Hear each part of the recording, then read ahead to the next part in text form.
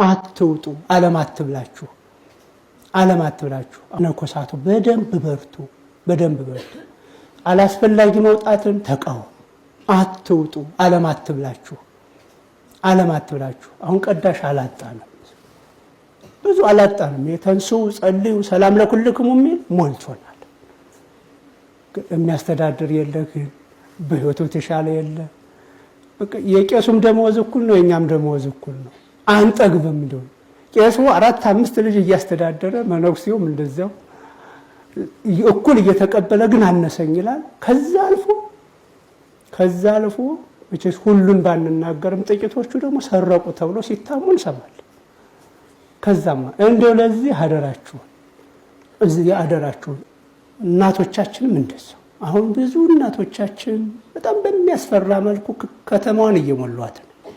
በጣም ብዙ እናቶች መነኮሳያት በሚያስፈራ መልኩ ከተማው ላይ እየሞሉ ነው።